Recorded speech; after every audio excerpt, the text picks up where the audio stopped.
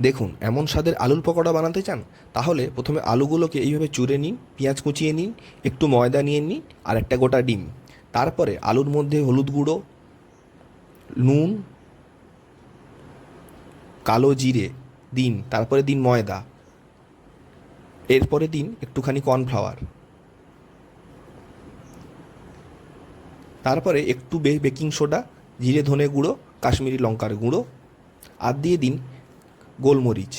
তারপরে হালকা একটু চিনি দিয়ে একটুখানি পেঁয়াজ কুচিগুলো দিয়ে দিন, উপর থেকে দিয়ে দিন ডিমটা।